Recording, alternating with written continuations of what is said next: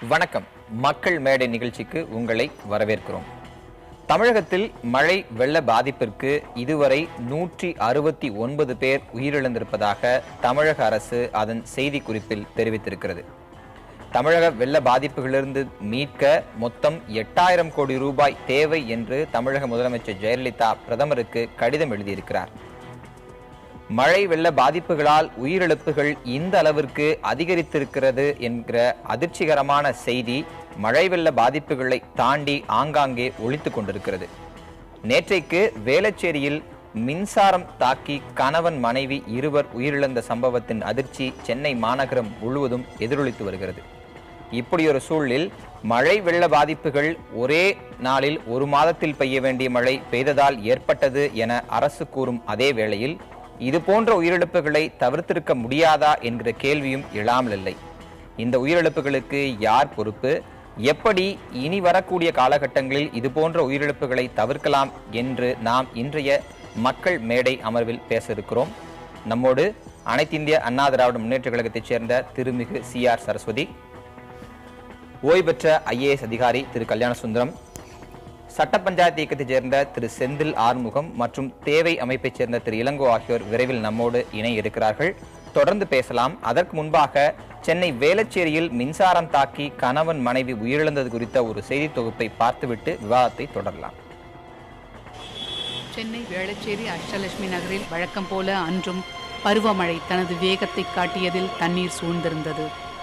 வெள்ள நீர் வடியாமல் சாலைகளில் தேங்கியிருந்த நிலையில்தான் அந்த சிறிய குடும்பம் வெளியே புறப்பட்டிருந்தது. 25 வயதான கட்டட தொழிலாளி கருணா, மனைவி சுதா, ஆர்த்தி ஸ்ரீ, நித்யஸ்ரீ என்ற 2 பெண் குழந்தைகள் என இருசக்கர வாகனத்தில் சென்ற அந்த குடும்பம் அடுத்த தெருவுக்கு சென்று வீட்டுக்கு தேவையான பொருட்களை வாங்கியது. நால்வரும் பைக்கில் ஏறிய நேரத்தில் கருணா மற்றும் குடும்பத்தினர் மீது மின் கம்பி அருந்து விழ அந்த நேரத்தில் நடந்தேறியது அந்த விபரீதம். மரணத்தின் பிடியிலிருந்த அந்த கடைசி நேரத்திலும் சுதாவும் கருணாவும் தங்கள் குழந்தைகளை பைக்கிலிருந்து தள்ளிவிட்டனர். மின்கம்பி தம்பதியர் மீது விழுந்து அவர்களின் உயிரை பறித்தது.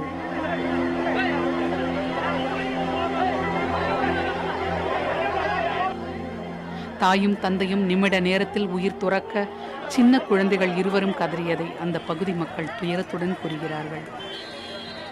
நவம்பர் 22ஆம் தேதி மாலையில் நடந்த இந்த சம்பவத்திற்கு பிறகு அடுத்த நாளே மின்கம்பிகள் மாற்றப்பட்டுள்ளன.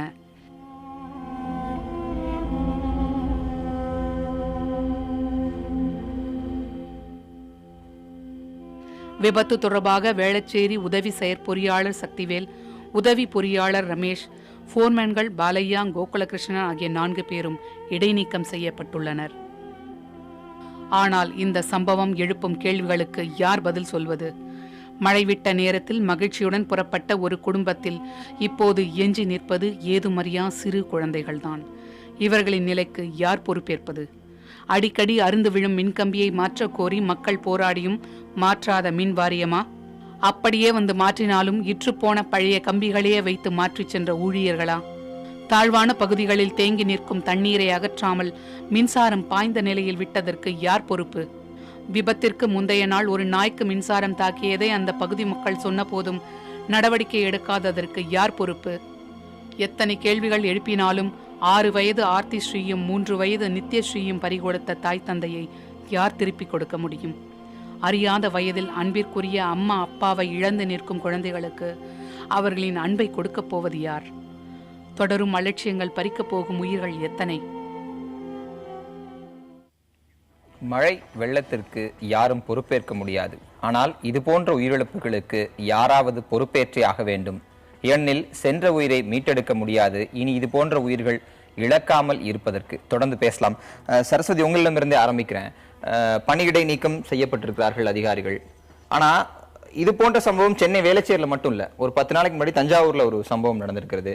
ஒவ்வொரு முறை மழை வெள்ளம் வரும்போதும் ஆங்காங்கே ஒரு விவசாயி வந்து மோட்டார் செட்டுக்கு பம்ப் செட் போட போகும்போது மின்சாரம் தாக்கி இறந்துட்டாருன்னு செய்தி வருது. இது போன்ற விஷயங்கள் எல்லாம் ஒட்டுமொத்தமாக ஒரு ஒரு அலட்சியத்தின் விளைவு. எந்த விதமான அடிப்படை ஜஸ்டிபிகேஷனும் இந்த உயிரிழப்புக்கு செய்ய முடியாதுங்கும் போது யார் இதற்கு பொறுப்பு? இல்லை, நிச்சயமா நேற்று நடந்த சம்பவம் மிகவும் வேதனையான ஒன்று. நடக்கக்கூடாது அந்த மாதிரி. அது அந்த மின் ஊழியரோட கவனக்குறைவு 2 உயிர்கள் பாவம் பலியாயிருக்கு. இன்னைக்கு வந்து வேதனையா இருக்கு. நேற்று அந்த செய்தி பார்த்தது உண்மையிலேயே வேதனையா இருக்கு. அது மட்டும் இல்ல, மழை பெய்யுற சமயத்துல இன்னொரு பிரச்சனையும் இருக்கு. நம்ம முழுசா கரண்ட்டை வந்து ஆஃப் பண்ண சொல்றது, பொதுவாக அரசு என்ன சொல்லுவாங்கன்னா, தண்ணி நின்னா அந்த ஏரியாவே கரண்ட் ஆஃப் பண்ண சொல்லிடுவோம். பட் கரண்ட் ஆஃப் பண்ணா அப்புறம் ஜனங்க சண்டைக்கு வராங்க, கரண்ட் இல்ல கரண்ட் இல்ல. இது மூலம் என்னன்னா, நல்ல மழை பெய்யும் தண்ணி நின்னா ஒரு நாள் பொறுத்துக்கிட்டா கூட பரவாயில்ல, மின்சாரத்தை நிறுத்துவதற்கு மக்கள் ஒத்துழைச்சாங்கன்னா இன்னும் கூட எங்களுக்கு கொஞ்சம் பெட்டரா இருக்கு. ஏன்னா நிச்சயமா தண்ணீர் தேங்கி நிற்கும் போது மின்சாரத்தை ஆஃப் பண்ணா எல்லாருக்குமே சேஃப்டி. அன்னைக்கு அங்க மின்சாரம் நிலையில இல்லைன்னா நேற்று கம்பி இருந்தா கூட ப்ராப்ளம் இருந்திருக்காது. நேற்று நடந்த சம்பவம் இனிமேல் நடக்காமல் நிச்சயமா வந்து மாண்புமிகு அம்மா அவர்கள், ஏன்னா இந்த சம்பவம் நடந்த பிறகு உடனடியாக நடவடிக்கை எடுத்திருக்காங்க. எதிர்காலத்தில் இதே போல் நடக்காமல் நிச்சயமா அம்மா நடவடிக்கை எடுப்பாங்க. இதே போல் நடக்கக்கூடாது என்பது நானும் கடவுளை வேண்டிக்கிறேன். இனிமே இந்த மாதிரி நடக்கக்கூடாது. ஒரு வகையான பிரச்சனை. ஆனா கம்பிகள் அருந்திருக்குது. ஏற்கனவே அந்த பகுதியில மக்கள் போராட்டம் நடத்திருக்காங்க. இன்னும் சொல்ல போனா சென்னை மாநகராட்சி எல்லைக்குட்பட்ட பகுதிகளில் தரை வழியாகத்தான் மின்சார கம்பிகள் போகணும்னு ஏற்கனவே வந்து உத்தரவு அமல் இருக்கு. வேளச்சேரிலாம் எக்ஸ்டென்ஷன் பகுதியில இருந்து வந்திருந்தாலுமே இது போன்ற தொடர் அலட்சியம் வெறும் மின்சார நிறுத்தலைங்கிறதோட நிறுத்திக்கலாமா? இது போன்ற தொடர் அலட்சியங்களுக்கு ஆய்வுக்குட்படுத்தி இன்னும் கடுமையான நடவடிக்கைகள் எடுக்கப்பட வேண்டுங்கிற கோரிக்கையில் இருக்கிற நியாயத்தை நீங்க எப்படி பாக்குறீங்க? இல்ல நிச்சயமா அம்மா இதற்கு பிறகு அந்த துறையை கவனத்துடன் பார்த்து இனிமேல் இது நடக்காமல் மாண்புமிகு முதலமைச்சரமா நிச்சயமா தடுப்பாங்க. திரு கல்யாணசுந்தரம், அதிகாரிகளுடைய அலட்சியம் தான் இதுக்கு மிகப்பெரிய காரணம் அப்படின்னு சொல்லப்படுது. இன்னைக்கு இந்த ஃபோர்மேனையோ அங்க இருக்கிற அசிஸ்டன்ட் இன்ஜினியரையோ இல்ல இன்னொரு அதிகாரியவோ அதுக்கு மேல இருக்கிற அதிகாரிகளை சஸ்பெண்ட் பண்ணாலோ டிஸ்மிஸ் பண்ணா கூட இந்த இழந்த உயிர் என்பது வரப்போறது இல்ல. வெறும் இந்த வேளச்சேரி சம்பவத்துக்குள்ள மட்டும் கன்ஃபைன் பண்ணல. இது ஒரு பெக்கா வச்சுதான் நம்ம ஒட்டுமொத்தமாக பேசுறோம். அதிகாரிகளும் தான் அந்த தெருவிலையும் ரோட்லயும் நடந்து போறாங்க, அவங்க ஊழியர்களும் தான் அங்க போறாங்க. அப்ப எங்கிருந்து இந்த அலட்சியம் அவர்களுக்கு தொடங்குது? பத்திரிகையில பார்க்கும்போது அவர்கள் ஏற்கனவே புகார் கொடுத்ததாகவும் புகார் மேல் எந்த நடவடிக்கை இல்லைன்னு சொல்லும்போது அதற்கு தகுந்த responsibility has to be fixed. Number 1. இதிலிருந்து வர பாடம், இந்த மாதிரி ஒரு உயிர் இழந்ததை பார்க்கும்போது இன்றைக்கி காலையில் பத்திரிக்கை பார்க்கும்போது எல்லாருமே ரொம்ப அதிர்ச்சியாக இருந்தாங்க. இந்த மாதிரி ஒரு வெளியில் போகிறவங்க ஒரு 2 குழந்தையோட போகிறது, இது வந்து நான் என்ன நினைக்கிறேன், இந்த ஒரு வெள்ளம் வந்தது ஒரு 76க்கு அப்புறம், 76 45 சென்டிமீட்டர் உங்களுக்கு வந்தது. அதுக்கப்புறம் 2000 எனக்கு என்ன தோணுது, நம்மளுடைய இப்போ இயல்பு வாழ்க்கை எந்த அளவுக்கு பாதிக்கப்பட்டிருக்கிறதுக்கு, மின்சாரமாக இருக்கட்டும், நம்மளுடைய போக்குவரத்தாக இருக்கட்டும், பள்ளிகள் இயங்கவில்லை ஒரு 15 நாள கல்லூரிகள், இது வந்து லாங் டேர்ம் மெஷர்ஸில். ஏன்னாக்கா பாஸ்ட் நடந்ததை பற்றி பேசி இதிலிருந்து பாடங்கள் நிறையா கற்றுக்கொண்டு இதுக்கு மேற்கொண்டு செய்ய வேண்டியது. ஏன்னா வருங்காலங்களில் இது போன்ற வரும் பருவமழை இருக்காது, 2-3 நாட்களில் வரும் என்கிறது உலகத்தில் உள்ள அத்தனை கிளைமேட். கேள்வி என்னன்னா, வரலாற்றில் முதன்முறையாக வேளச்சேரியில் 2 பேர் கம்பி அருந்து இறந்து போகல. நான் சொன்னேன், ஒரு 4 நாள் முன்னாடி தஞ்சாவூர்ல சம்பவம் நடந்திருக்குது. சென்னை மாநகரத்தில் நடந்ததுனால இயல்பான ஒரு கவனத்தை பெற்று இது ஒரு விவாத பொருளாக மாறி இருக்கிறது. அன்றைக்கும் இது விவாதத்திற்கப்பட வேண்டும்ங்கிறத தாண்டி தான் இதை பேசிட்டு இருக்கேன். தமிழகம் முழுவதும் பலிகள் ப்ரையாரிட்டியில மின்சார வாரியம், ஏன்னா இது மாதிரி வெள்ளம் வருங்கிறது இன்னுமே வரக்கூடிய சூழ்நிலைகள் இருக்கும்போது ப்ரையாரிட்டியில் எங்கெங்கே இருக்கோ அங்கே எல்லாம் அது உடனடியாக அந்த அதிகாரிகள் மேலே நடவடிக்கை எடுக்கணும். இன்னொன்று பழுதான இதெல்லாம் மாற்றக்கூடியது. டிரான்ஸ்ஃபார்மர்லேருந்து நம்ம போகும்போதே பார்ப்போம், பல இடங்களில் லீக் ஆகும், அங்கெல்லாம் வண்டியை நிறுத்தி வச்சுருந்தாங்கன்னா பிரச்சனை ஆகும். இது வந்து ஒரு என்னை பொறுத்த வரைக்கும் நான் என்ன நினைக்கிறேன், இதை வச்சு வந்து அரசாங்கம் கண்டிப்பாக ஆக்ஷன் எடுக்குங்கிறது என்னோட நம்பிக்கை. ஃபுல் எலக்ட்ரிசிட்டி ஜெனரேஷன் இதுலேயும் பவர், டிரான்ஸ்ஃபார்மர், வோல்டேஜ், பழுதான ஒயர்கள் எல்லாத்தையும், ஏன்னா பாதுகாப்பு கொடுக்க வேண்டியது. சம்பவம் நடந்த உடனே அந்த சம்பந்தப்பட்ட அதிகாரியை சஸ்பெண்ட் பண்றதோ டிஸ்மிஸ் பண்றதோ அதற்கு ஒரு 2 நாட்கள் அனுதாபம் தெரிவிக்கிறது எல்லாமே தொடர்ச்சியா நடந்துட்டு தான் இருக்கு. இல்ல ஒரு விவாத பொருளாக மாதிரி விவாதிக்கிறதெல்லாம். ஆனா ஒரு லாங் டேர்ம் பிளானிங்ல அடுத்தடுத்த கட்டங்கள் அது நகருதா அப்படின்றதையும் பார்க்கணும். அதே சமயம் அந்த அதிகாரி மேல நீங்க அக்கௌண்டபிலிட்டி ஃபிக்ஸ் பண்ணும்போது அங்க அவருக்குன்னு சில பிரச்சனைகள் இருக்கும்ல. கம்பிகள், மாற்றப்பட்ட கம்பிகளுக்கு அவர் ஆர்டர் கேட்டிருப்பாரு, அது முறையாக வந்துடாத ஒரு பிரச்சனை இருக்கும், கம்பங்கள் இன்னும் வந்து சேராத பிரச்சனை இருக்கும். அப்ப இதையெல்லாம் பின்னோக்கியும் அடுத்த கட்டத்தையும் சேர்த்து வச்சு ஆய்வு பண்றது தேவையா இல்ல அனுதாபத்தோட? இல்ல, சாரி ஃபார் இன்டரப்ஷன் சார், இன்னொரு ப்ராப்ளம் இருக்கு. இன்னைக்கு வந்து மின்சார ஊழியர்கள் பத்தலைங்கிற மாதிரி எல்லா இடத்துலயும் மின்சார ப்ராப்ளம். சோ அப்படி இருக்கும்போது அவங்க அந்தந்த பகுதிக்கு போய் வரதுக்கு கூட அவங்களுக்கு அந்த கால அவகாசம் தேவைப்பட்டிருக்கலாம். ஏன்னா நேற்று மத்தியானம் வரைக்கும் மழை வடிஞ்சு நல்லா இருந்தது. அதே மழை மின்சார ஊழியர்கள் 7.5 கோடி மக்கள் தமிழ்நாட்டில் இருக்கிறோம் இன்னைக்கு செம்மல். அரசு ஊழியர்கள் இருக்கிறாங்க. கல்யாணசுந்தரத்திட்ட கேட்டது, இப்ப அந்த பகுதி மக்களே நம்ம செய்தியாளர்கள் போய் பார்த்துட்டு வரும்போது சொல்றது என்னன்னா, இந்த ஒயரை மாத்த சொல்லி நாங்க 10 நாளைக்கு முன்னாடி மறியல் பண்ணோம், அப்ப எங்களை அரெஸ்ட் பண்ணாங்க, 15 நாளைக்கு முன்னாடி போராட்டம் பண்ணோம், மாத்தல, இது அருந்து விழுகும்னு எங்களுக்கே தெரியும், ரோட்ல நடந்து போற கண்ணில் பாக்குற ஊழியருக்கே தெரியும் போது அதிகாரிகளுக்கு தெரியாதான்னு கேட்டா அப்ப அதிகாரிகளை ஒரு ஆதரவா ஒரு பாயிண்ட் எடுத்து விவாதிப்போம்னு வச்சுக்கோங்களேன். அப்ப அதிகாரிகளுக்கு வேற பிரச்சனை இருக்கா? இப்ப சஸ்பெண்ட் ஆயிருக்கிறதும் வந்து 3வது 4வது லெவல்ல இருக்கிற அதிகாரிகள் தான். மேல்மட்டத்திலிருந்து பிரச்சனை இருக்குன்றது ஏன் ஆய்வு செய்யக்கூடாது? இல்லைங்க, இது வந்து ஒரு எக்ஸப்ஷனல் கேஸில் ஒரு இண்டிவிஜுவல் ஆஃபீஸ் ஒரு விதமான செய்தி தான், வருந்தத்தக்கது. பெரும்பாலும் பார்த்தீங்கன்னா இந்த மாதிரி இருக்கிறதுக்கு உடனடியாக ஆக்ஷன் எடுப்பாங்க. அது எதனால் எடுக்கலை என்னங்கிறது ஒரு ஆய்வு தான் தெரியும். ஆனால் லாங் டேர்மில் பார்த்தீங்கன்னாக்க இதை வந்து ஒரு ப்ரையாரிட்டியில் பண்ணுறதுங்கிறது ஈவன் மத்திய அரசாங்கத்திலே சொல்லியிருக்காங்க. மத்திய அரசாங்கத்தில் இப்போ வந்து ரீசண்டாக ஒரு உதயன்னு ஒரு ப்ரோக்ராம் வச்சு, ஏன்னா எல்லா மின்சார வாரியங்களும் நஷ்டத்தில் இயங்குது, மொத்தமாக 5 லட்சம் கோடி அவங்களுக்கு வந்து அந்த லோனெல்லாம் அட்ஜஸ்ட் பண்ணி கொடுத்து இப்போ இருக்கக்கூடிய இந்த மாதிரி கமர்ஷியல் ஏடிஎன்சி லாஸ் என்று சொல்வார்கள், அதையும் செஞ்சு எல்லா இதையும் மாடர்னைஸ்டு கம்ப்யூட்டர் இதில் போட்டு இந்த மாதிரி லீக்கேஜ் இந்த மாதிரி இதுவே இல்லாதபடி பண்றதுக்கு ஒரு ப்ரோக்ராம் பண்ணிருக்காங்க. அத வந்து அதெல்லாமே லாங் டர்ம் சார். நீங்க நடந்திருக்க சம்பவம் வந்து ஏதோ ஒரு குக்கிராமத்திலோ யாரோட புதுசா அந்த மீட்டர் பாக்ஸ்ல வைக்க ஆரம்பிச்சிட்டாங்க. இல்ல அதெல்லாம் அடுத்த கட்டம். நான் பேசுறது அண்டர்கிரவுண்ட் கேபிளும் போடுறாங்க. பப்ளிக் டேமேஜ் ஏற்படுத்தக்கூடிய மனித உயிர்களுக்கு ஆபத்து ஏற்படுத்தக்கூடிய விஷயங்களை தான் சொல்றேன். வேளச்சேரி அஷ்லட்சுமி நகர்ன்றது கிட்டத்தட்ட ஹார்ட் ஆஃப் தி சிட்டில இருக்கக்கூடிய ஒரு பகுதி. அங்க ஒரு டிமாண்ட் ரைஸ் ஆயிருக்கு. இதே சம்பவங்கள் வேற எந்த பகுதியில் நடந்தா இந்த அளவுக்கு அரசு கவனம் இல்லாம இருந்திருக்குமான்ற அரசு கவனம் அதிகாரிகள் கவனம் இல்லாம இருந்திருக்குமான்ற கேள்வி வரத்தானே செய்யுது. அப்ப அதிகாரிகள் அலட்சியம்னு அது ஏன் டேர்ம் பண்ணக்கூடாது? இல்லை வந்து இண்டிவிஜுவல் ஒரு இதில் என்ன நடந்ததுன்னு தெரியல. அந்த மாதிரி அவர்கள் தவறி புகார் கொடுத்துருந்தாங்கன்னா அரசாங்கம் கண்டிப்பாக கண்டிக்கணும். அண்ட் அவர்கள் பேரில் ஃபிக்ஸ் ரெஸ்பான்சிபிலிட்டி. ஏன்னா ஒரு கடுமையான நடவடிக்கை எடுத்து ஒரு எடுத்துக்காட்டா எல்லாருக்கும் பண்ணணும். எல்லாமே இப்போ புது டிரான்ஸ்ஃபார்மர் போறாங்க. இப்போ அசோக் நகர்ல அண்டர் கேபிள் போட்டாச்சு. ஸோ எக்ஸ்டென்ஷன் ஏரியா வேளச்சேரி ஏரியால டெஃபினட்டா அண்டர் கேபிள் த்ரூ அவுட் தமிழ்நாடுல சென்னை முதல் வந்து எல்லா 200 கவுன்சிலர்ஸ் தொகுதியிலையுமே அண்டர் கிரவுண்ட் போட்டு புது டிரான்ஸ்ஃபார்மர் போட்டு பணிகள் நடந்துகிட்டு இருக்கு. இந்த இடையில வந்த மழையினால அங்க நடந்த சம்பவம் வந்து வருந்தத்தக்க சம்பவம். நிச்சயமா இனிமேல் அரசு மிக கவனமாக இனி வந்து இதை எப்படி நடக்கக்கூடாது என்பதில் தெளிவாகிறது வந்து ஒரு நடவடிக்கையோடு ஒரு சஸ்பென்ஷன் ஒரு 3 மாசம் திரும்பி அவங்க ரிவோக் ஆகறாங்கன்றதோ நின்றாம இனி ஒரு உயிர் கூட இது மாதிரி இழக்கக்கூடாது, ஒரு சேதம் கூட ஏற்படக்கூடாதுன்றதுல இருந்து அடுத்த கட்ட வார்த்தை கொண்டு போகலாம். அதற்கு என்னென்ன விஷயங்கள் செய்யணும், செய்யப்பட்டிருக்கு, செய்ய வேண்டியது இருக்கின்றது பேசலாம். சிஆர் சரஸ்வதி, இன்றைக்கு முதலமைச்சர் ஜெயலலிதா 8000 கோடி ரூபாய் அளவுக்கு சேதம் ஏற்பட்டிருக்கு. முதல் கட்டமா 2000 கோடியை வந்து தமிழக அரசு கொடுக்கணும்னு சொல்லி கடிதம் எழுதியிருக்காங்க. பிரதமர் 980 கோடி ரூபாய்க்கு மத்திய அரசு கொடுத்திருக்கிறது. ஆனா இது போன்ற எஸ்டிமேட்ஸ், இது போன்ற பேரிடர் காலங்கள்ல தமிழக அரசு கேட்கக்கூடிய தொகை என்பது ஒன்றாக இருக்கிறது, அங்கிருந்து வரக்கூடிய தொகை என்பது ஒன்றாக இருக்கிறது. இங்க என்ன பிரச்சனை? இங்க இருக்கிற எஸ்டிமேட் சரியில்லையா, இல்ல அங்கிருந்து வரக்கூடிய ஒதுக்கீடுல சரி பிரச்சனையா? இல்லை, இப்போ நம்ம வந்து அம்மா அன்னைக்கு 23ஆம் வரைக்கும் டைம் கேட்டு எல்லாம் ஆய்வு செஞ்சு எவ்வளோ தேவைப்படுதுங்கிறத சொல்லி இப்போ முதல் கட்டமாக மத்திய அரசு ஒதுக்கி இருக்கு. இந்த பேரிழப்புக்கு நிச்சயமாக மத்திய அரசு ஒதுக்கி ஆகணும். ஏன்னா பிகாஸ் நம்ம வந்து அப்படியே மேலோட்டமாக கேட்கல, உண்மையிலே பாதிக்கப்பட்டிருக்கு தமிழ்நாடு. இந்த மாதிரி ஏதாவது தமிழ்நாடு பூரா இன்னைக்கு மழை பார்த்தீங்கன்னா மறுபடியும் பார்த்தீங்கன்னா இது கோயம்புத்தூர் அந்த சைடு மழை ஆரம்பிச்சிருச்சு, இன்னைக்கு மறுபடியும் சென்னையில் ஆரம்பிச்சிருச்சு.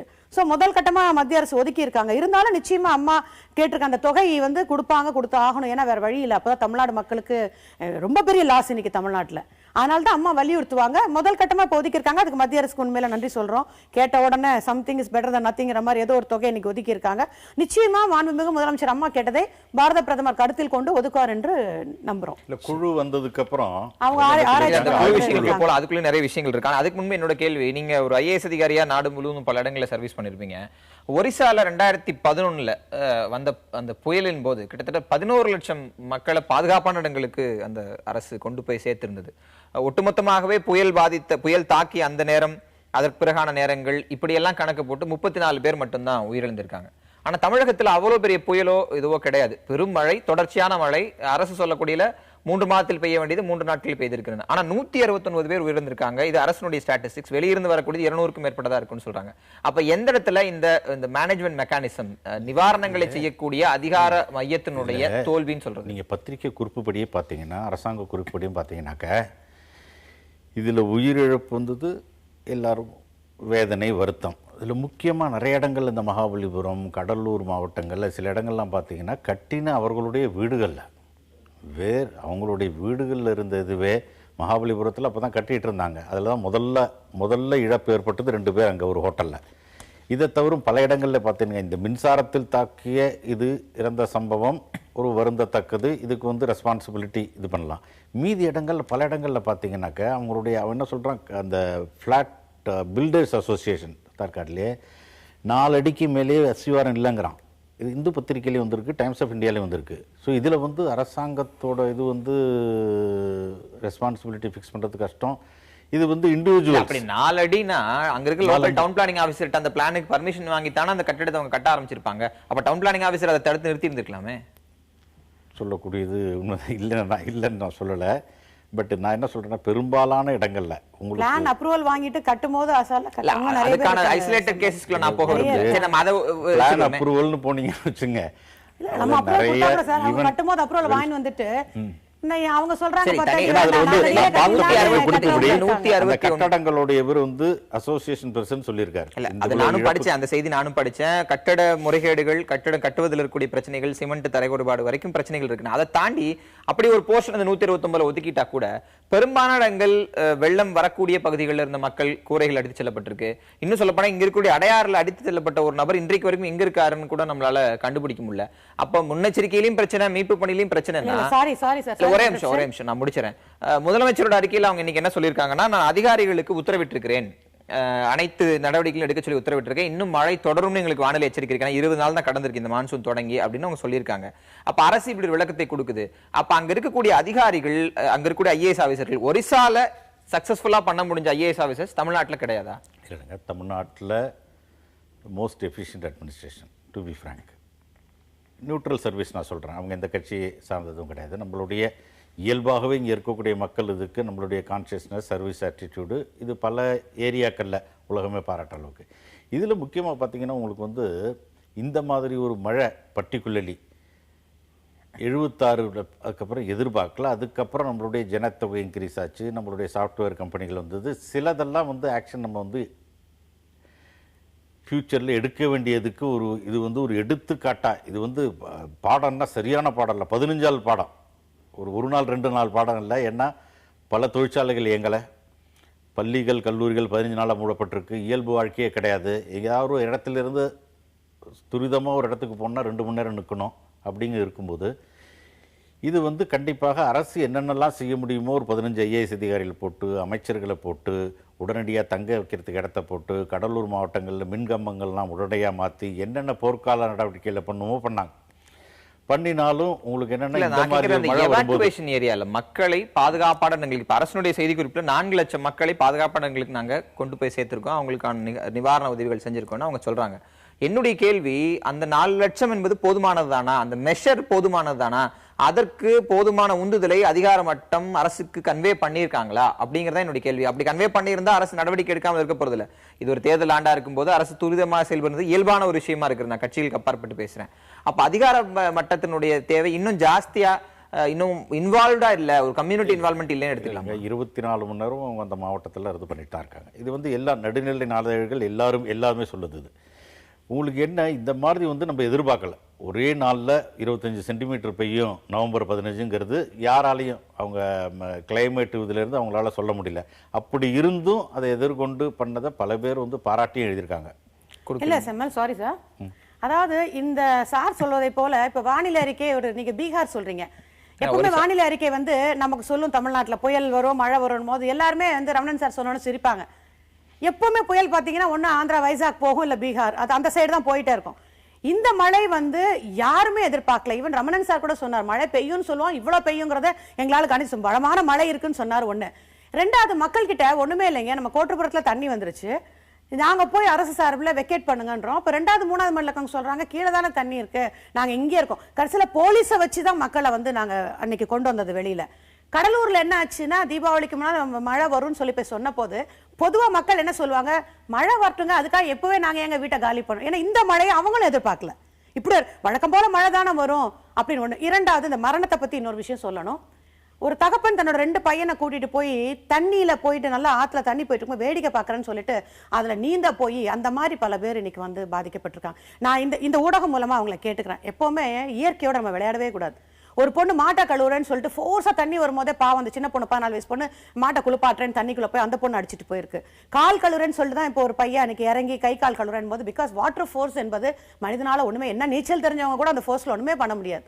சில மரணங்கள் அந்த மாதிரி ஏற்பட்டிருக்கு. கவனக்குறைவால் அவங்க தண்ணி தானே இறங்கி நிற்போம். அந்த தகப்பன் 2 பையன்களும் வளர்ந்த பசங்க பாவம் கூட்டிட்டு போய் குளிக்கிறேன்னு இறங்கி இல்ல, அந்த ரெண்டு மக்கள் அதுவும் மக்கள்கிட்ட வந்து ஒரு விழிப்புணர்வை இதன் மூலமா ஏற்படுத்துறதுல எனக்கு ஒரு சந்தோஷம். இல்ல, அது மக்கள் அஜாக்கிரதையை போக்கணும், அவங்க உயிரை பாதுகாத்துக்கணும் நீங்க கேக்குற அந்த ரெக்வெஸ்ட்குள்ள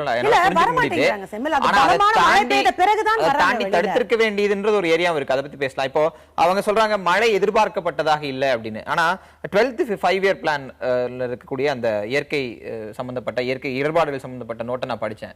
அதுல இருக்கக்கூடிய விஷயம், தமிழ்நாடு வந்து ஒரு very prone for natural disasters, இயற்கை பேரிடர்களுக்கு எளிதில் வயப்படக்கூடிய ஒரு மாநிலமாக புவியியல் ரீதியில் அமைந்திருக்கிறது. அது வந்து சுனாமிக்கு பிறகான காலகட்டம் மோசமாக இருக்குன்னு இருக்கு. அதன் அடிப்படையில் எங்கள் திட்டங்கள் வகுக்கப்பட்டிருக்குன்னு அரசு அதனுடைய கெசெட்ல ஒத்துட்டு இருந்திருக்காங்க. அப்படி எடுக்கப்பட்டும் அப்படி ஒரு முன்னெச்சரிக்கை எல்லாம் செஞ்சும் கூட இது இந்த மழை வெள்ள பாதிப்புகளை தடுக்க முடியலன்னு எடுத்துக்கிறதா?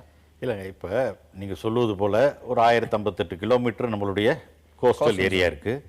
இதை தவிர வந்து கிட்டத்தட்ட ஒரு 1943 ஒரு 9 புயல்கள் இந்த இடத்துல வந்திருக்கு. இது வந்து ப்ரோன் ஏரியாங்கிறது அவங்க போட்டிருக்காங்க. பட் இந்த இதில் பார்த்தீங்கன்னா உங்களுக்கு அந்த ப்ரோன் ஏரியாவில் ஹெவி ரெயின்ஃபாலும் இருக்குது. ஹெவி ரெயின்ஃபாலும். பட் இந்த பர்டிகுலர் இன்சிடென்ட் இப்போ நடந்த இந்த மழையில் பார்த்தீங்கன்னா உங்களுக்கு வந்து 2011 டிசம்பர் 31 உங்களுக்கு இது வந்தது, தானே புயல். அப்போ பார்த்தீங்கன்னா உங்களுக்கு வந்து அவங்க எர்த்து சயின்ஸ்லேயே 24ஆம் தேதியிலேருந்து சொல்லிட்டாங்க இந்த மாதிரி தாக்க போகுது நியர் பாண்டிச்சேரி, கடலூர். அதனால் எல்லா நேஷனல் டிசாஸ்டர் எல்லாம் ப்ரிப்பேர்ட்னஸ் இருந்ததுனால இந்த மாதிரி ஒரு பாதிப்பு இயல்பு வாழ்க்கை எதுவுமே நடக்கலை. உடனடியாக அதை வந்து எதிர்கொள்ளக்கூடிய இது இருந்தது.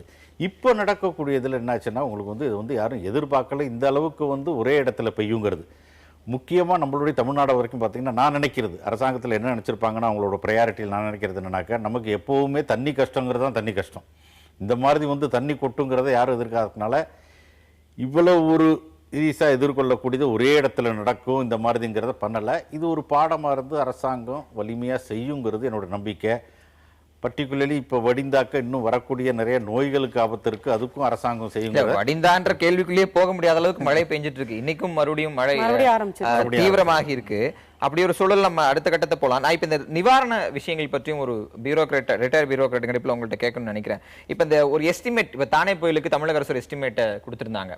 ஆனால் அங்கிருந்து வந்தது என்பது வேற ஒரு தொகையாக அதில் ஒரு குறிப்பிட்ட பர்சன்டேஜ் கூட இல்லை. இன்றைக்கு 8481 கோடி அப்படின்னு சொல்லப்பட்டிருக்கு. இந்த 980 கோடிங்கிறது ஏற்கனவே வச்ச டிமாண்ட்ல வந்திருக்கிறது. இந்த 8481 கோடியில் 2000 கோடி வேணுங்கிற டிமாண்டும் ரைஸ் ஆகிருக்கிறது. மத்திய மாநில அரசுகளுக்கு இடையில இந்த டிசாஸ்டர் மேனேஜ்மெண்ட்ல இன்னும் ஒரு தெளிவான பாலிசி வரல அப்படின்னு எடுத்துக்கலாமா? இல்லை, அப்படி சொல்ல முடியாது. ஏன்னா உங்களுக்கு வந்து நேஷனல் டிசாஸ்டர் மேனேஜ்மெண்ட் ஆக்ட் வந்ததுக்கப்புறமே ஒரு ஸ்டேட்லேயும் டிசாஸ்டர் மேனேஜ்மெண்ட் வைக்கணும்னு சொல்லி ஒரு டிஸ்ட்ரிக்ட்லேயும் district collector should be in charge. எந்தெந்த ஏரியாவில் ஒரு மாநிலங்களுக்கும் எதனால் பாதிப்பு வரும், சுனாமியால் வருமா, ஃப்ளட்டால் வருமா, எர்த்துக்காக்கால் வருமா, எல்லாம் கொடுத்துருக்காங்க. பட் இந்த எஸ்டிமேட் ப்ரிப்பரேஷன் பார்த்தீங்கன்னு வச்சுங்களேன், இது எப்போவுமே உங்களுக்கு வந்து உடனடியாக நிர்ணயிக்க இருக்கிறது ரொம்ப கஷ்டம். சிலது சேர்ப்போம், சிலது சேர்க்காமல் இருப்போம். பட்ஜெட் ப்ரிப்பேர் பண்ணும்போது நான் சொல்கிறேன், இது அரசாங்கத்திலே மத்திய அரசாங்கம் போகிற பட்ஜெட்லேயே அதனால தான் டெபிசிட்டும் போடுறது, அதுக்கப்புறம் ரிவைஸ்டு பட்ஜெட்னு போடுறது அதனால தான் ஃபுல்லாகவே. இது கேட்கக்கூடிய தொகை அவங்களும் வந்து அவங்களுடைய குழு அனுப்பிச்சதுக்கப்புறம் தான் அவங்களும் செய்வாங்க. இதில் வந்து மாறுபட்ட கருத்துங்கிறது யாருக்கும் இருக்காது. ஏன்னாக்க ஒரு ஜனநாயக அமைப்பில் பார்த்தீங்கன்னா மக்கள் படும் அவதிக்கு மத்திய அரசாக இருந்தாலும் சரி, மாநில அரசாக இருந்தாலும் சரி, உடனடியாக அது செய்யும். பர்டிகுலர்லி தேர்தல்கள் வருகிற தேர்தல்கள்னு ஒன்றும் இல்லை, மக்களோட இதுக்கு மக்களை சந்திக்கணும்னா அவங்க பண்ணி தான் ஆகணும். இப்போ இருக்கிற ஃபெடரல் செட்டப்பில் அந்த மாதிரி இது கிடையாது. ஆனா மற்ற மாநிலங்கள் அசாமா இருக்கட்டும் இல்ல ஆந்திர பிரதேசா இருக்கட்டும், இங்க ஒதுக்கப்படுற பேரிடருக்கான தொகையும் தமிழகத்திற்கு அது காலங்காலமாக இது பாரதிய ஜனதா அரசோ இல்ல இந்த காங்கிரஸ் அரசோ இது போன்ற மத்திய அரசுகள் செவிசாய்ப்பதில்லைங்கிற ஒரு டிமாண்ட் இருந்துகிட்டே இருக்கே. ஒரு அதிகாரியாக பணியாற்றி உங்களுக்கு அப்படிப்பட்ட அனுபவங்கள் இருக்கா? இல்லைங்க, இப்போ பார்த்தீங்கன்னாக்கா இன்னைக்கு வந்து நம்மளுடைய முதலமைச்சர் எழுதினதுக்கப்புறம் மணி நேரத்திலேயே அவர் வந்து உடனடியாக இந்த 9350 கோடி ரிலீஸ் பண்ணிட்டார். எந்த விதமான இதுவும் அதுக்கப்புறம் உடனே ஒரு குழு வரும்னு சொல்லியிருக்காங்க.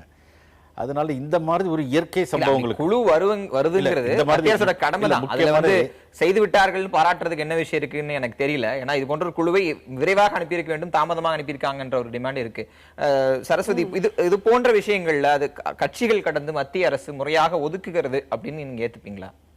இல்லை, இது வரைக்கும் அதாவது கடந்த பார்த்தீங்கன்னா 10 வருஷம் காங்கிரஸ் இருந்தப்போ கூட இத்தனைக்கும் அப்போ தமிழ்நாட்டை ஆண்ட திமுக கூட்டணியிலே இருந்தாங்க. அப்போ கூட அவங்க போராடி வாங்கலாம். ஆனால் இந்த முறை அப்படி இல்லை. இன்றைக்கு நடந்திருக்க பேரழிவுக்கு நிச்சயமாக மாண்பு முதலமைச்சர் அம்மா அவர்கள் வாங்கியே தீருவாங்க. என்னன்னா அந்த அளவுக்கு இன்னைக்கு தமிழ்நாடு பாதிக்கப்பட்டிருக்கு. ஸோ அந்த மக்களுக்கு செய்ய வேண்டிய கடமை மத்திய அரசுக்கும் இருக்கு. ஒரு மாநிலத்தில் வர பிரச்சனையை மத்திய அரசும் வந்து உதவி செஞ்சு ஆகணும். ஒரு மாநில அரசு மட்டுமே இந்த டிசாஸ்டர்ல பணிபுரிய முடியாது. அதனால தான் அம்மா இன்னைக்கு 8000க்கு மேல கேட்டிருக்காங்க. ஆகவே நிச்சயமாக அவங்க அனுப்பட்டும், குழு அனுப்பட்டும். இப்ப பாத்தீங்கன்னா இன்னும் கூட அதிகம் தேவைப்படும் போல இருக்கு. இன்னைக்கு பெய்யற மழையை பார்த்தா இன்னும் எவ்வளவு பிரச்சனைகள் வரப்போதோ தெரியல. ஆக நிச்சயமா அவங்க குழு வந்து பார்த்து இந்த அம்மா கேட்டிருக்க தொகையை வாங்குவதற்கு இந்த முறை தீவிரமாக அம்மா நடவடிக்கை எடுப்பாங்க. ஏன்னா மக்களை பாதுகாக்க வேண்டிய முக்கிய கடமையில் முதலமைச்சர் எப்பவுமே அம்மா தயக்கம் காட்ட மாட்டாங்க. நிச்சயமாக வாங்குங்கிற நம்பிக்கை எங்களுக்கு. தற்போது நம்மோடு இந்த நிகழ்ச்சியில் தேவை அமைப்பை சேர்ந்த திரு இளங்கோ இணைந்திருக்கிறார். குடிசைவாழ் பகுதி மக்களுடைய அன்றாட பிரச்சனைகள் குறித்து இயங்கி வரக்கூடிய ஒரு அமைப்பு தேவை. இந்த அமைப்பின் இளங்கோவோடு நாம் தொடர்ந்து விவாதம் தொடரலாம். திரு இளங்கோ, இப்போ நீங்க கலந்துக்கிறதுக்கு முன்னாடி நம்ம பேசிட்டு இருந்த விஷயங்கள், வேளச்சேரியில் அந்த கணவன் மனைவி மின்சாரம் தாக்கி இழந்த அந்த பரிதாபம், அதற்கு யார் பொறுப்புங்கிற அடிப்படையும், ஒட்டுமொத்தமாக தமிழக அரசு வெள்ள நிவாரணங்கள் குறித்து கேட்டு விஷயங்களை பேசணும்.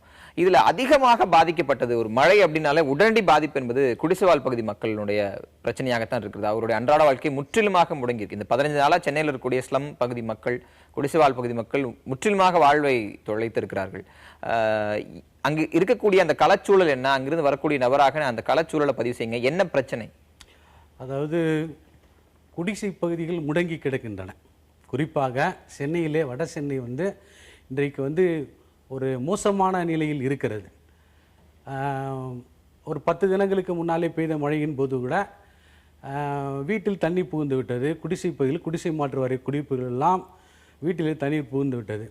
மாநகராட்சி சம்பந்தமாக தொடர்பு கொண்டு, குறிப்பாக சென்னை மாநகராட்சியுடைய மேயர் மரியாதைக்குரிய செய்த துரைசாமி அவர்களை நானே வந்து என்னுடைய அலைபேசியிலே தொடர்பு கொண்டேன். 4 முறை தொடர்பு கொண்டும் அவர் வந்து தொடர்பில் வரவில்லை. பிஏ பேசுகிறேன், இஇ பேசுகிறேன் என்று அதிகாரிகளும் பிஏக்களுமாக தான் பேசுகிறார்களே தவிர, இதை நான் ஏன் குறிப்பிட்டு சொல்கிறேன் என்று சொன்னால், கடந்த ஆண்டு 10ஆம் மாதத்தில் பெய்த மழையின் போது வட சென்னைக்கே வரவில்லை. தென் சென்னையிலும் மத்திய சென்னையிலும் மரியாதைக்குரிய அமைச்சர் வேலுமணி அவர்களோடு அவர் ஆய்வில் இருந்தார். தொடர்ந்து 10-15 நாட்களாக அது குறித்த செய்திகளை சேகரித்து பிறகு நானே அவருடைய மின்னஞ்சலுக்கு ஒரு கடிதம் அனுப்பினேன். நீங்கள் வட சென்னைக்கு வரவே இல்லை, இங்கே ஆய்வு செய்யவே இல்லை, நீங்கள் வட சென்னைக்கு வாருங்கள், நாங்கள் மிகவும் பாதிக்கப்பட்டிருக்கிறோம் என்று சொன்னேன். அதை பத்திரிகைக்கு அனுப்பி அது பத்திரிகையில் செய்து வட சென்னைக்கு மேயர் வரவில்லை வந்து என்னுடைய பேரை குறிப்பிட்டு அவர் வந்து மின்னஞ்சல் கடிதம் மேயர் நடவடிக்கை எடுக்கலைங்கிறத சொல்றீங்க. நான் என்னுடைய கேள்வி பொதுவாகவே இல்ல மாநகராட்சி இன்னைக்கு இருக்கிற சூழ்நிலை சொல்றேன். இன்னைக்கு நீங்க களத்துல வந்திருக்கீங்க இல்லையா, ஊடகங்கள் மூலமாக வெளியாக வந்து மக்களுடைய பிரச்சனைகளை வந்து எடுத்து சொல்லுகிறது. குறிப்பாக எல்லா பகுதிக்கும் மீடியா போகாத பகுதியே இல்லை, குறிப்பாக புதிய தலைமுறை போகாத இடமே இல்லை என்கிற அளவுக்கு மக்களுடைய பிரச்சனைகளை வந்து இன்றைக்கு வந்து ஊடகங்கள் சொல்லுகின்றன. ஆனால் அதிகாரிகள் என்ன மாதிரி இருக்கிறார்கள்? இந்த குடிசை பகுதி மக்களை வந்து பாதுகாக்க வேண்டிய அதிகாரிகள். நீங்க குற்றச்சாட்டுகளை முன்வைப்பது குற்றச்சாட்டு இல்லைங்க, பிரச்சனைகளை எந்த கட்சியும் இல்லை. முடிச்சிடறேன், அதர் எல்லாமே நல்லா புரிஞ்சுக்க முடியுது. ஆனால் இந்த இடத்துல என்ன பிரச்சனைங்கிறத வெளிக்கொண்டு வருவதன் மூலமாக இன்னும் கூடுதல் கவனத்தை ஈர்க்க முடியுங்கிற அடிப்படையில் இந்த கேள்வியை நான் முன்வைக்கிறேன். மீண்டும் வரேன். திரு கல்யாணசுந்தரம் அவர் சொல்வது என்பது அந்த பாதிக்கப்பட்ட மக்களுடைய வழியாக ஒரு குரலாக அது வருது. அதிகாரிகளுடைய இன்ஆக்ஷன் அப்படின்னு சொல்றாரு. ஒரு பாகுபாடு, அடுக்குமாடி குடியிருப்புகள் இருக்கிற இடத்துல ஒரு மாதிரியும், இது போன்ற குடியிருப்புகள் ஒரு மாதிரியும், அதிகபட்சமாக நிவாரண உதவிகளை வழங்குவதற்கு மட்டும்தான் அரசியல் கட்சிகளும் அதிகாரிகளும் போறாங்கன்னு சொல்றாங்க. அதிகாரிகளோட இன்ஆக்ஷன் இதுக்கு ஒரு காரணமா? இல்லை, அதிகாரிகள் நீங்க சொன்னாப்புல அடுக்குமாடிக்கும் குடிசைக்கும் காட்டினதா இன்னி வரைக்கும் நான் வந்து எந்த இடத்துலையும் பார்க்கல. ஏன்னா எல்லா இதுலேயுமே முக்கியமாக உங்களுக்கு குடிசை வாரதில் போனால் உடனடியாக அதிகாரிகள் செல்லவிட்டாலும் அரசியல்வாதிகள் கண்டிப்பாக போவார்கள். அது காரணம் உங்களுக்கு தெரியும் என்னென்னு. இன்னொன்று என்னென்னு பார்த்தீங்கன்னாக்கா, இந்த பர்டிகுலர் கேஸ் இவர் சொல்கிறதில்ல எதனால அவர் வந்து மேயர் ஆக்ஷன் எடுக்கலை என்னன்னு தெரியல. ஏன்னாக்கா பல கம்ப்ளைண்ட்டுகள் வரலாம். பட் சில இது நான் பார்த்த வரைக்கும் சில இடங்களில் பார்த்தீங்கன்னா மோட்டர் வச்சு பம்ப் எடுக்கிறதா இருக்கட்டும், மரங்களை இருக்கிறதா இருக்கட்டும், உடனடியாக தான். இதெல்லாமே ஏற்கனவே ரெயின் அஃபெக்டட் ப்ரோன் ஏரியாஸ் தானே. மழை வந்தா இந்த குடிசைகள் பாதிக்கப்படும் ஏற்கனவே தெரியுமே. வந்ததுக்கு அப்புறம் நீங்க மோட்டர் வைக்கிறது யாரும் தாண்டி இந்த ஒரு மழை யாரும் எதிர்பார்க்கலங்க. நான் சொல்றேன், சகோதரர் வந்து வட சென்னைக்கு யாருமே வரலன்னாரு. மாண்புமிகு முதலமைச்சர் அம்மா 3 அமைச்சர்களை, மாண்புமிகு சகோதரர் வேலுமணி அவர்கள், பா வளர்மதி அவர்கள், கோகுலேந்திரா அவர்கள், மேயர் உட்பட உங்க புதிய தலைமுறை நீங்களே போய் பாத்தீங்க. முதலமைச்சர் எம்எல்ஏ ஆர்கே நகர் தொகுதி வந்தாங்க. அமைச்சர்களே எல்லா குடிசைகளுக்குமே இருக்கிறது வட சென்னையில. வீடு கொடுக்குறாங்க. அரசு வந்து குடிசை மாற்று வாரியம் மூலமா வீடு கொடுக்கப்படுது. சில பேர் என்ன பண்றாங்க, அங்க போயிட்டு மறுபடியும் இங்க வந்து வீடு இல்ல, அது பிரச்சனையே இல்ல. இப்ப குடிசை மாற்று வாரியத்துல வீடு கொடுக்கறத பத்தி பிரச்சனையே இல்ல. அவர் சகோதரர் சொல்ற தவறான கருத்து. ஏங்க அப்படி இருந்தா ஊடகங்கள்ல நீங்க சொல்ல மாட்டீங்களா? இல்ல நான் சொல்றேன். யாருமே வரல அவர் சொல்றாரு. மேடம் ஒரு நிமிஷம். கடந்த ஆண்டு எதுக்காக நான் அந்த பிரச்சனை சொல்ல வரேன்னா, பத்திரிகையில செய்தி வந்துன்றதுக்காக 27ஆம் தேதி 10ஆம் மாசம் 2014ஆம் தேதி காலை 10 மணிக்கு மேயரே என்னுடைய தொலைபேசியிலே வந்தார். நீங்க ₹1 செலவு பண்ணி எனக்கு வந்து போன் பண்ணி சொல்லிருக்கலாம், நீங்க ஏன் பத்திரிகை செய்தி கொடுக்குறீங்க, நீங்க வேற மாதிரி வந்து இத நீங்க ஒரே ஒரு சம்பவத்துக்கு போக வேண்டாம், நம்ம நிறைய விஷயங்கள் பேச வேண்டியது இருக்கு. ஆனா அந்த பிரச்சனையை சொல்லி நான் அதுக்காக தான் போன் பண்றேன். பார்க்கக்கூடிய எடுக்கல ₹1 சொன்ன சென்னை மாநகராட்சி மேயர் நான் வந்து 13ஆம் தேதி போன் பண்றேன், எடுக்கவே இல்ல. ஒரு நிமிஷம், நீங்க மேயர் மட்டும் நம்ம பேசுறது என்பது தலைமை இல்ல அதுக்குள்ள இந்த விவாதத்தை எந்த அதிகாரிகள வரல, அதுக்குள்ள இந்த விஷயத்தை கன்வே பண்ண வேண்டாம். இல்ல உண்மை இல்ல பார்க்கக்கூடிய ஒரே மக்கள் பார்க்கக்கூடிய மக்கள் புரிந்து கொள்வதற்கான கேள்விதான். இப்ப நீங்க வடசென்னைக்கு யாருமே வரலன்னு சொல்றீங்க. முதலமைச்சருடைய தொகுதி வடசென்னையில் இருக்கிறது. முதலமைச்சர் அந்த பயணம் போறாரு. பார்க்கக்கூடிய இடங்கள் எல்லாம் அமைச்சர்கள் பார்க்கும்போது வடசென்னை பகுதியில் இத்தனை அமைச்சர்கள் இருந்தாங்கன்னு சொல்றாங்க. இவ்வளவு பேர் அங்க இருந்தும் நடவடிக்கை எடுக்கப்படல நீங்க சொல்றதுக்கான ஜஸ்டிஃபிகேஷன் என்ன? வராங்க, மெயின் ரோட்ல பார்த்துட்டு போயிடுறாங்க. சரிங்களா? அதாவது இங்க வந்து மழை பெஞ்சு வந்து தண்ணி வந்து வடியுதுங்க. அங்க வந்து மருந்தடிக்கிறதுக்கு வாங்க, தொற்று நோய் பரவ போகுதுன்னு சொல்லிட்டு மண்டல அலுவலர்கிட்ட ஃபோன் பண்ணி சொல்றேன். தண்டாரப்பேட்டை 4வது மண்டல அலுவலர்கிட்ட நீங்க என்ன சொல்ல, ஒரே ஒரு சிலிண்டர் எடுத்துக்கின்னு 2 பேர் வராங்க. ஒரு பகுதி முடுக்க எப்படி அடிக்க முடியும் அவங்க? 4 நாட்களா வந்து குப்பை அல்லல.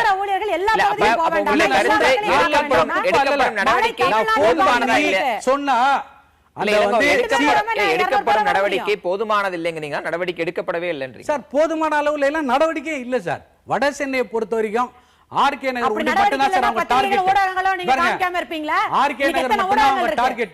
முதலமைச்சர் தொகுதின்றதுக்காக ஆர்கே நகருக்கு மட்டும் தான் வராங்க. வட சென்னையில இருக்கிற குடிசை பகுதி மக்கள் வந்து மிகப்பெரிய அளவுல வந்து பாதிக்கப்பட்டிருக்காங்க. இது உண்மை. அப்படி ஒரு காரியம் செய்தால் இன்னைக்கு இத்தனை ஊடகங்கள் இருக்கு, இத்தனை பத்திரிகைகள் இருக்கு, எல்லா ஊடகங்களும் பத்திரிகை மக்களை சந்திச்சிட்டு இருக்காங்க. இல்ல மக்கள் கேள்வி எதிர்கொள்ள வேண்டிய நேரமா இருக்கு. நம்ம மக்கள் கேள்வியில போலாம். முதலாவதாக அபிநயா, உங்களுடைய கேள்வி. நகர கட்டமைப்பை யாருக்கு உங்களுடைய கேள்வின்னு சொல்லி கேளுங்க. சொல்லு ராஜா, சொல்லுப்பா. நகர கட்டமைப்பை தமிழக அரசு சரியாக செய்ய தவறியதே இந்த வெள்ளத்திற்கு காரணம். டவுன் பிளானிங் சொல்றீங்க இல்லையா? டவுன் பிளானிங் இல்லப்பா, டவுன் பிளானிங் பொறுத்த வரைக்கும் நம்ம சிஎம்டியோ அம்மா நம்முடைய அண்ணா திராவிட முன்னேற்ற கழகம் ஆட்சி வந்த பிறகு சில சம்பவங்களுக்கு பிறகு டவுன் பிளானிங்கும் இன்னைக்கு சிஎம்டியும் ரொம்ப ஸ்ட்ரிக்டா இருக்காங்க. ஒரு அப்ரூவல் கொடுக்கறதுக்கு முன்னாடி, ஏன்னா நம்ம சில இழப்புகளை சந்திச்சிட்டோம், அதனால இப்போ பொறுத்த வரைக்கும் ரொம்ப ஸ்ட்ரிக்டா நீங்க இவ்வளவு சீக்கிரம் இனிமே போய் எந்த பில்டர்ஸ் யாருமே இனிமே அப்ரூவல் சீக்கிரம் வாங்க முடியாது. கரெக்டா இருந்தால ஒழிய டவுன் பிளானிங்கும் சரி சிஎம்டியும் சரி அப்ரூவல் கொடுக்கறது இல்ல. ஏன்னா பிகாஸ் நம்ம கசப்பான சம்பவங்களை பார்த்த பிறகு மாண்புமிகு முதலமைச்சர் அம்மா அதுல தெளிவா இருக்கிறாங்கம்மா. கண்டிப்பா அந்த மாதிரி சம்பவங்கள் நடக்கக்கூடாதுன்னு மிக தெளிவா இருக்காங்க. திரு அஸ்வின், உங்களுடைய கேள்வி. மேம், ஏரிகளை தூர்வாரி இருந்தா இந்த மாதிரி வெள்ளத்தினால் பிரச்சனை வந்திருக்கு, அதுல ஏன் ஏரிகளை தூர்வாராம இருக்கிறது? பல வருடங்களா ராஜா ஏரிகள் தூர்வாரப்படல. இப்போ நம்முடைய பிரச்சனைகளுக்கு பிறகு இன்னைக்கு நான் வெப்சைட்ல போனீங்கனாலே தெரியும், please go to the website. நிறைய ஏரிகளுக்கு டெண்டர் விடப்பட்டு சின்ன சின்ன ஏரிகள் குளங்கள் தூர்வாரப்பட்டு வருது. வீராணம் போன்ற ஏரிகள் என்ன பிரச்சனை, அதான் நமக்கு தண்ணி கொடுக்குற ஏரி. ஸோ அதை சுத்தமா டிரைவ் பண்ணி தான் நம்ம தூர்வார முடியும். பட் 40 கோடிக்கு டெண்டர் விடப்பட்டிருக்கு. இப்போ தண்ணி நிறைய ஓடுறதுனால இப்போ அதுல வந்து மிக தெளிவா அரசு இருக்கு. ஏன்னா தூர்வாரப்படாதனால் வந்த பிரச்சனையில நம்ம சந்திச்சிட்டோம். ஆக நிறைய நீங்க வெப்சைட்ல தயவு செஞ்சு எனக்கு போய் பாருங்க, நிறைய டெண்டர் விடப்பட்டிருக்கு. ஏரிகள் தூர்வாரும் பணி நிச்சயமா தொடர்ந்து நடைபெற்று வருதுமா. சாரி அமிர்தவர்ஷினி, உங்களுடைய கேள்வி. இது ஒரு சைக்கிளா முன்னாடியும் நடந்துகிட்டும் இருக்கு. இதை முன்னாடியே சுதாரிச்சு ஏதாவது நடவடிக்கை எடுத்திருந்தா இவ்வளவு தூரம் வந்திருக்காதுல்ல. ஏன்னா இல்ல கண்ணா, என்ன பிரச்சனைனா இப்ப சார் சொன்ன மாதிரிமா நமக்கு வந்து இது வந்து வடகிழக்கு பருவமழை காலம் தான், சீசன் தான். எப்பவுமே பாத்தீங்கன்னா எனக்கு தெரிஞ்சு 96ல புரட்சி தலைவர் முதலமைச்சர் இருக்கும்போது இப்படி ஒரு பெரிய மழை வந்தது. 2005ல சுனாமி அப்ப கூட இவ்வளவு பெரிய மழை வரல. தானே புயல் அப்போ அந்த ஏரியா பாதிக்கப்பட்டது. ஆனால் இந்த மழை இப்போ பெஞ்சிருக்க மழை என்பது வரலாறு காணாத மழை. ஒரு 30 வருடங்களுக்கு முன்னால் பெய்த மழை. அதனால நம்ம வந்து ப்ரெடிக்ட் பண்றதுங்கிறது ஓகே, நம்ம போய் சொல்றோம் எல்லாம் பண்றோம். ஆனால் இயற்கையின் முன்னால் மனிதன் மிக மிக சாதாரணம். இப்ப சந்தோஷப்பட்டோம், காலைல வெயில் அடிக்குது, ரோடு தண்ணி எல்லாம் கிளியர் ஆயிடுச்சு. இப்ப பாத்தீங்களா எவ்வளவு மழை. 4 மணிக்கு ஸ்டார்ட் பண்ண மழை இது வரைக்கும் நிக்கல. மறுபடியும் சென்னை ரோட்ல ஆனா அடுத்த நிமிஷம் தண்ணி எடுக்கிறாங்க அரசாங்க சார்பில். அடுத்த நிமிஷம் நிவாரணம் நடக்கப்படுது. ஆனால் சார் சொன்ன போல இதுக்கப்புறம் மிக கவனமா அம்மா அவர்கள் இனி எதிர்காலத்தில் இது போல் நடக்காமல் அதற்குரிய நடவடிக்கைகளை கண்டிப்பா எடுப்பாங்க. இது போன்ற உயிரிழப்புகளுக்கு யார் பொறுப்புங்கிற அந்த கேள்வி தான் மீண்டும் முன்வைக்கிறேன். அதோட உங்களுக்கு இறுதி கருத்தை முடிங்க திரு கல்யாண சுந்தரம். இல்லை, இது போன்றதுனாக்க இந்த ஒரு மின்சார வாரிய சம்பவம் நடந்தது பாருங்க, இதில் எனக்கு ஒரு முழு நம்பிக்கை நம்மளுடைய முதலமைச்சர் ஒரு எடுத்துக்காட்டாக ஃப்யூச்சரில் இந்த மாதிரி நடக்காமல் இருக்கிறதுக்கு இந்த மாதிரி அசம்பவங்களுக்கு கடுமையான நடவடிக்கை மற்ற அதிகாரிகளுக்கு இருக்குன்னு. இன்னொன்று இந்த தொலைக்காட்சி மூலம் சொல்ல விரும்புகிறதுன்னா, இவர் சொன்னார் இப்போது அதிகாரிகளுடைய அலட்சியம்னு.